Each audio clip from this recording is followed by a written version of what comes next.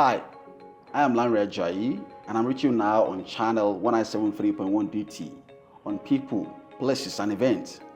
This is My City Speaks to Me, the Calgary Special Edition. It's an honor for me to have a wonderful woman, a mother, a respected personality, not just in this community but in Canada. Someone who has lived an exemplary life and who is a role model for every one of us, especially women in this society. I'm talking about no other person other than the Lieutenant Governor of Alberta. Ladies and gentlemen, welcome Honorable Salma Lakhani. Thank you. Thank you for having me on. Thank you so much, Ma. It's an honor for me to, have you on this show. I was telling my producers, I said, I met you at an event, and then about a month or more afterwards, Yes, I saw you, and then in the crowd, you said, you are the ethnic man. I was like, wow, you remember me. yes. I have that ability to remember some things, not everything, but I do remember people and faces, which is a plus for me, right? Yes, thank you so much. I felt, wow, now that means, I felt so honored that from the crowd, you remember. Thank you so much for that. And also, for granting us this opportunity to come talk to you about your work, about your life, and about what you're doing. And I have some questions here that some of them from the community, some of them, I came up with my team, and our audience will get to want to know more about you. So the first question I have is, where were you born? Well, I was born in Kampala in Uganda, which, as you know, is a country, one of the 3 East African countries. So that's where I was born. Amazing, Uganda. Now, growing up in Africa, how does it feel like growing up in that Africa? Africa, it was beautiful. Well, it's a tropical country, so the weather, we never had to worry about it getting very, very cold. The weather was always beautiful. And Uganda is known as the Pearl of Africa because of its beautiful weather, the people, the resources. So that's what Uganda is known as sometimes. And growing up, we used to live as an extended family, which I think is the story of a lot of newcomers to Canada. It was not just mom, dad, brothers and sisters. It was everybody. Grandparents, uncles, aunts, nieces, nephews. That was our family back home. So I had a very good upbringing. I lived a good life. We lived a good life, our family did. And things were great in Africa. Amazing.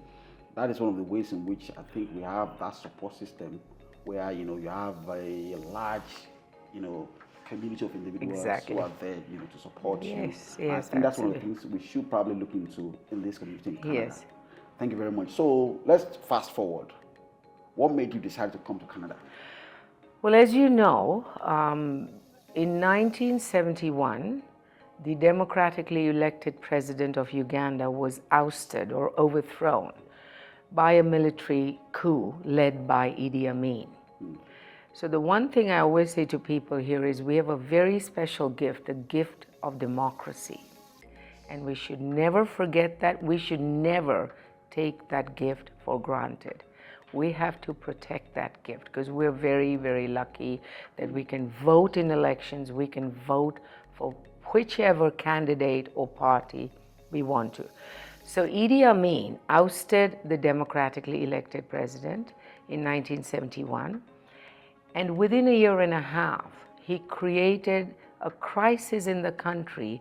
He issued an edict which said he wanted to expel or literally get rid of all people like me and my family and thousands of others who had their origins in India.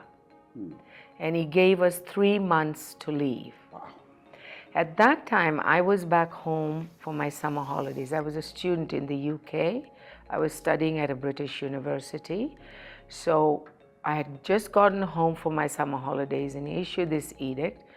And so I went back because I held a Ugandan passport. By birth, I'm a Ugandan. Yeah. I was born there. My mother was born there. My father was born in neighboring Tanzania. And so my father put me back on the plane because I had that valid Ugandan passport. They had not taken away my passport. And so I went back to Britain and completed my university education. And I have to say that for me to be holding this position as His Majesty the King's representative is a full circle, because when I ended up again in England, I had no money coming from Uganda. My family had been expelled. Our businesses had been taken. We had nothing financially. And so the British government of the time waived our foreign student fees. Wow, amazing. So we didn't have to pay those fees, enabling us to complete our university education. And so now to be representing the Crown, it was Her Majesty's government of the time that was so kind to us. And now I get a chance to serve as the Crown representative, which is a full circle for me. And as a side note, I'll say I had an audience with His Majesty the King earlier this year, and my husband and I were both able to thank him personally for the kindness shown to us by the British government of the time. That is an amazing story. Yeah, so after finishing our university education, we were still stateless. We had no passports. We had no country to call home. So my husband, who had just finished a medical degree, a degree in medicine, said, well, let's go to Canada and see if we can make a home there. And so he chose to do his residency in internal medicine and cardiology at the U of A in Edmonton. And that's how we came. But remember, when we came, we were still stateless. So like refugees, we had no country we could call home. So I think this is an amazing story, but it is not just my story. It is the story of a lot of newcomers who come to our shores and our country. You know, my story is one story of many, many thousands of others. But the story of Canada, where you feel welcome, where you feel you can make a home, and it speaks to the promise and hope of this great country. So when I arrived here 46 years ago, I was a stateless person. And then it took us almost 5 to 6 years to get residency permits here in Canada. It was a bit of a struggle in those days, but you know, here we are. Canada, when we came here, we realized we'd found our home, and Canada is a welcoming country, and a country where, with hard work and perseverance, we can achieve our dreams most of the time, right? What a lovely story, you know. Yeah. It's just like, you know, while you're talking, I remember my family coming to Canada as well. You know, it was just like a decision, you know, to come, live, have a better life for our kids, Yes. you know, for our future. And Yes. it's such an honor to be part of this community, this nation that is welcoming and open to all. Thank you very much, you know, for that No story. worries. Now, you find yourself in Canada, stateless. And for every individual, for every immigrant who at one point in time come into Canada and they encounter a lot of things, challenges. So the question I have for you is, what was the first culture shock you encountered when you arrived in Canada? Well, I don't think I had much of a culture shock because I'll tell you what, I had left Uganda in 1971, and then I was in England, in Britain, for about 7 years.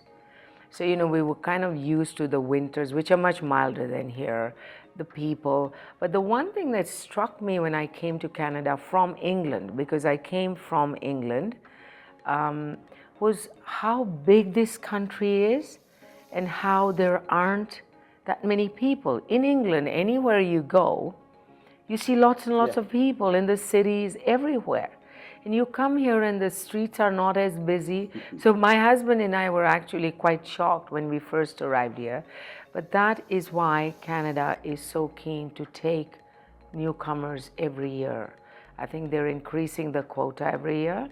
And this is why this is such a welcoming country, because for anybody who wants to work hard and help build this country, Canada is one of the right places to be in, right? Yes, So, amazing. yeah. So you're here The winter in the United Kingdom is quite different from the winter here because my first experience of snow was in Italy. I was on the way with my family on a vacation to France. So we stopped over in Italy and I stepped out and I saw snow. It wasn't that kind of cold. In UK, I've been there, but it wasn't kind of cold. But when I came here, it was a different story. So tell our audience your first winter experience with your husband. Yeah. So you're right. In Britain, there is snow, but not much. It snows occasionally. It doesn't snow, and we don't get the big dumps of snow that we get here. So the first winter was actually, in a way, it was exciting because you saw so much snow. And back home, and even in Britain, you never heard the word minus in terms of temperature. Minus 15, minus 20. So we were like, oh my gosh, what does it feel like to be in minus 15 and minus 20? We soon realized that after minus 15, you don't feel anything. But often my husband and I used to sit at home and say, oh my gosh, it's so cold. What are we doing here in this country? And then we quickly laugh and we say, we are not here for the weather, but we are here for everything else, all the other wonderful things that this country has to offer. And mind you, even the winters, if you embrace them, and if you say, well, I will try and dress up warm and go out and go snowshoeing or try your hand at skating or skiing. I've tried everything. I'm not good at any of the winter sports because I didn't do them growing up. But you know, if you embrace the winters, then they don't become so long and difficult. You know. That's amazing. Still on My City Speaks to Me here, you know, sitting down with the Honorable Salma Lakhani, the Lieutenant Governor of Alberta. We'll be right back.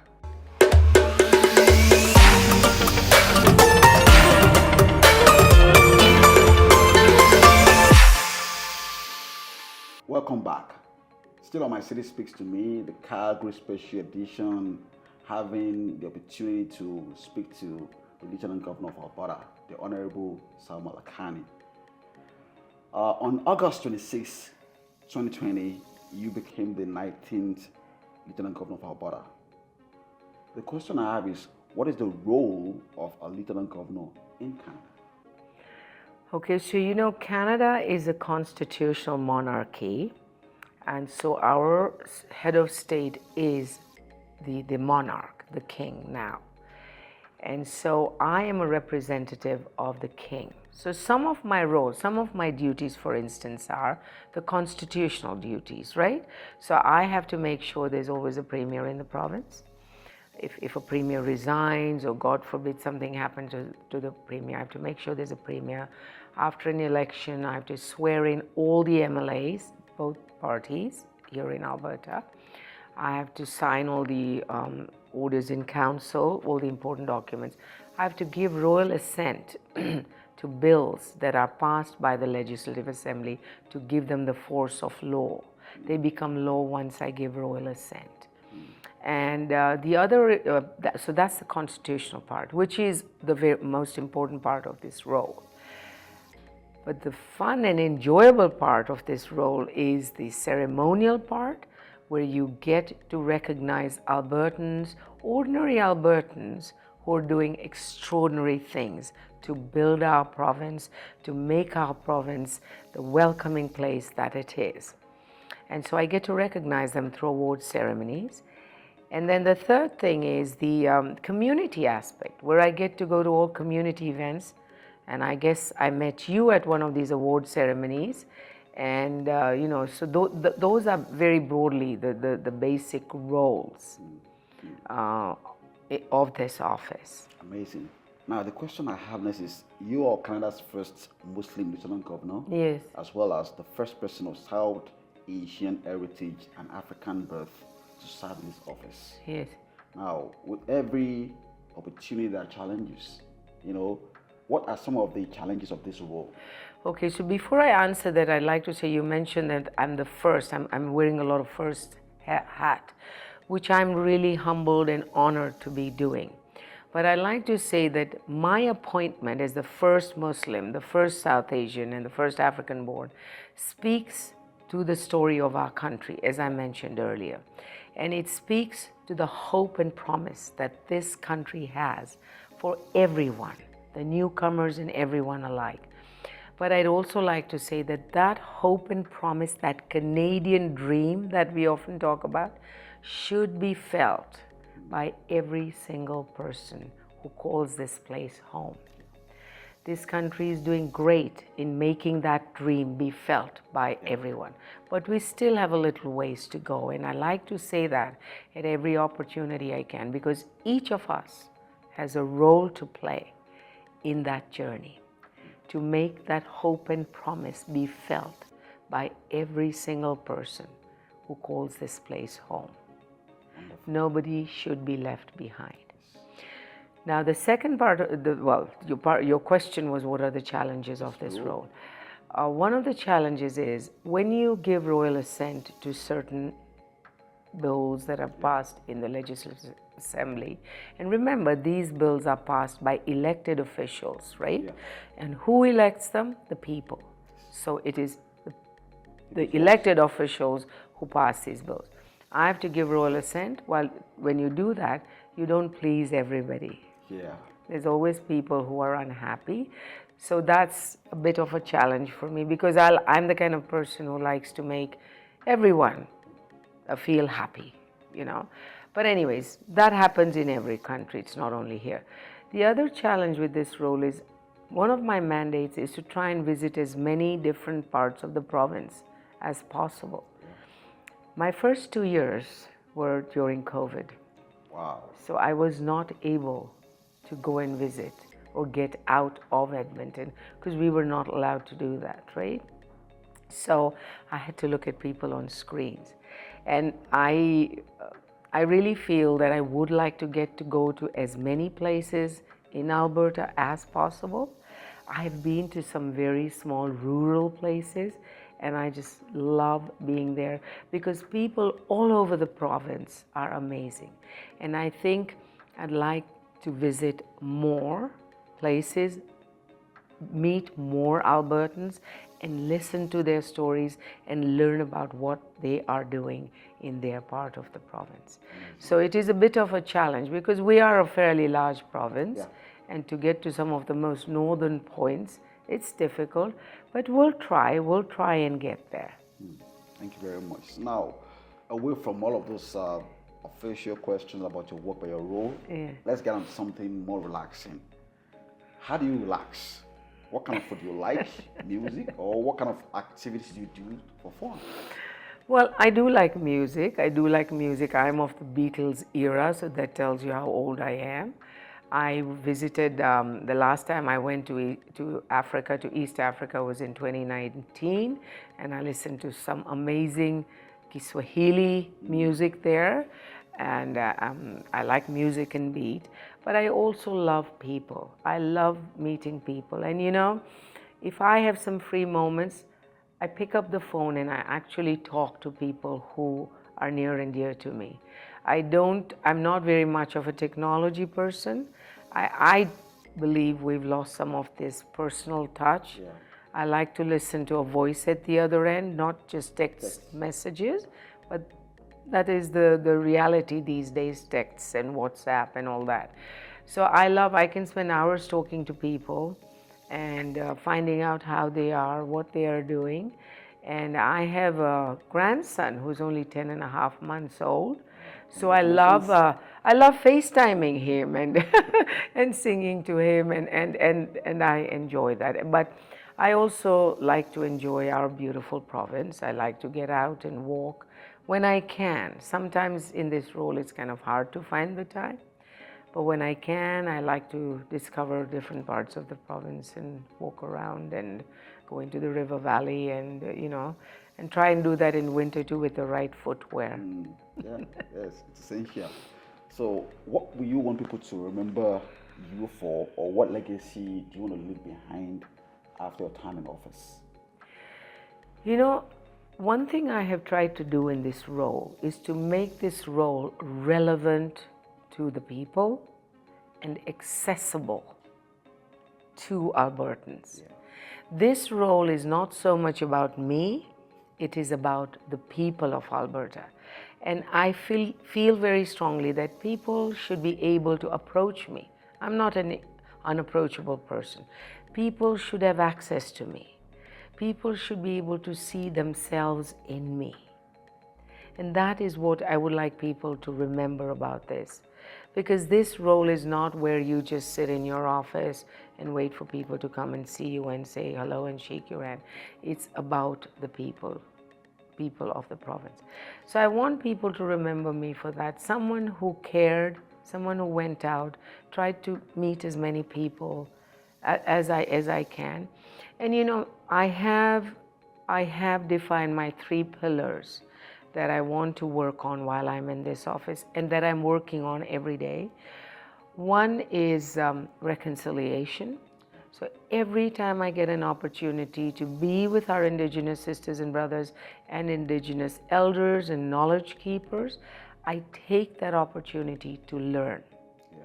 Because this journey of reconciliation means different things to different people. We each have to find our own place in the journey, and the only way we can find our place is if we know the truth. Yes. And the truth we will only learn is if we sit and listen to the stories who have been through very, very tough times.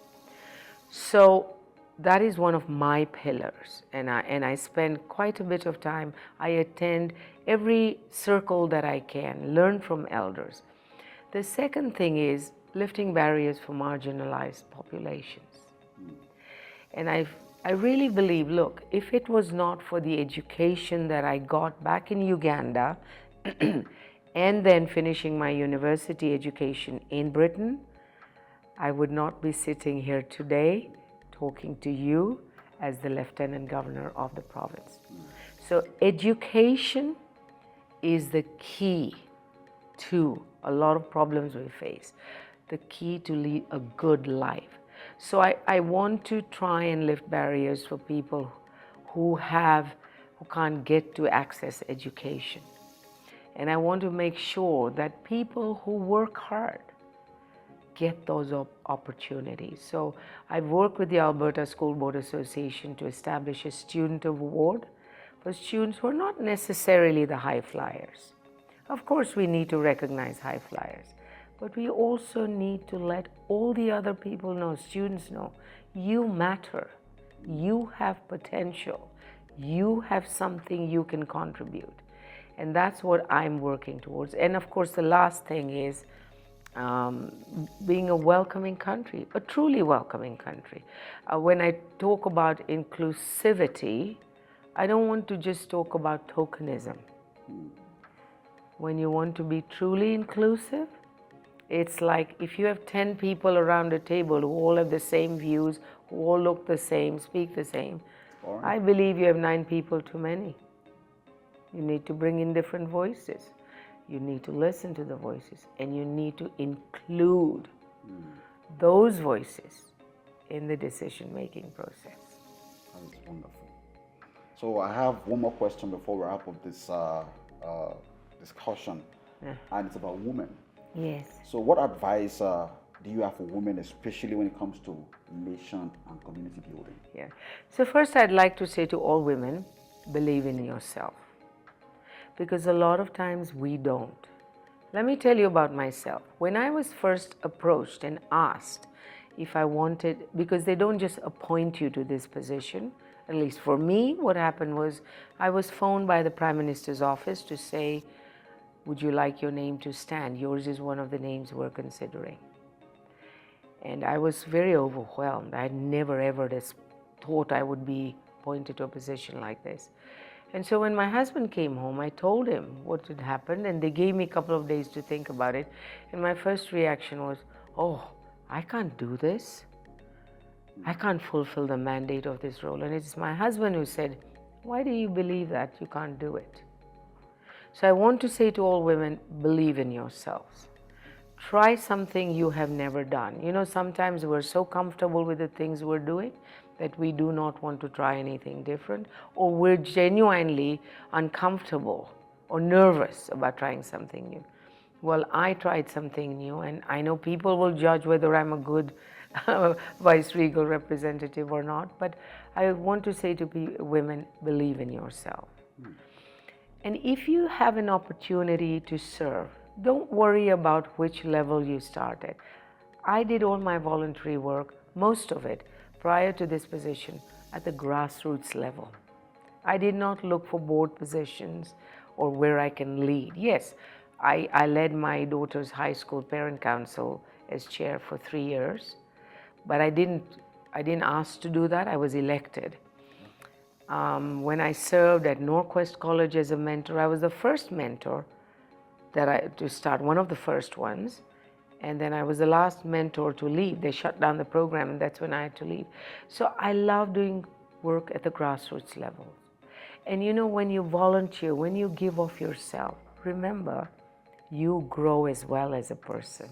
You build capacity within yourself.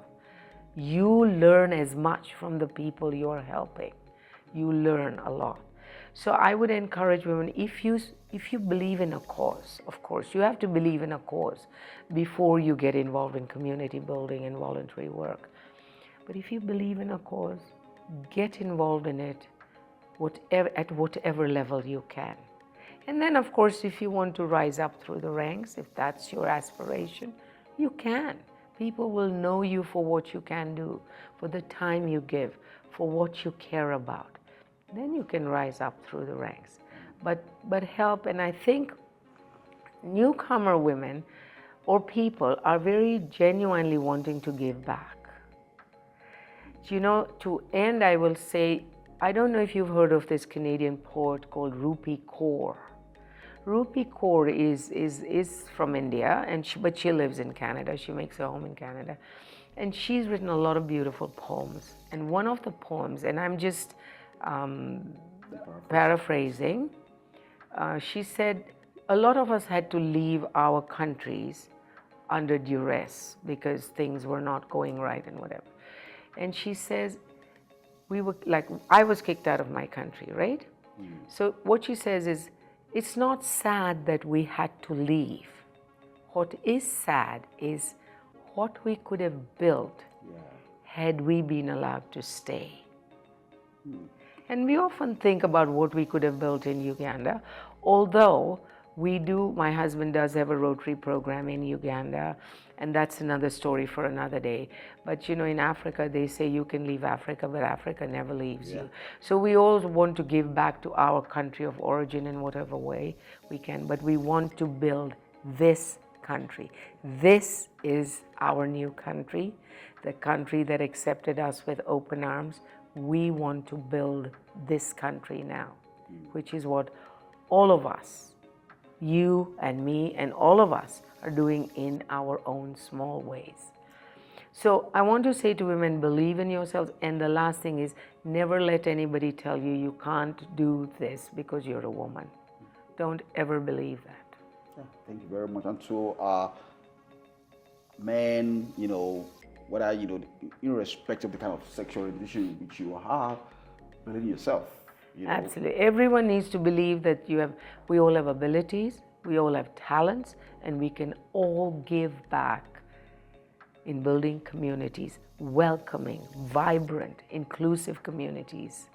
All of us can do that in our own small way. Amazing, amazing. Thank you so much for taking time out of a busy schedule to, you know, grant me and our audience this amazing, interview. It's just an exposition, you know, sharing a bit, because I know there's a lot of story, you know, that you have to We all have stories, don't we? Everyone here.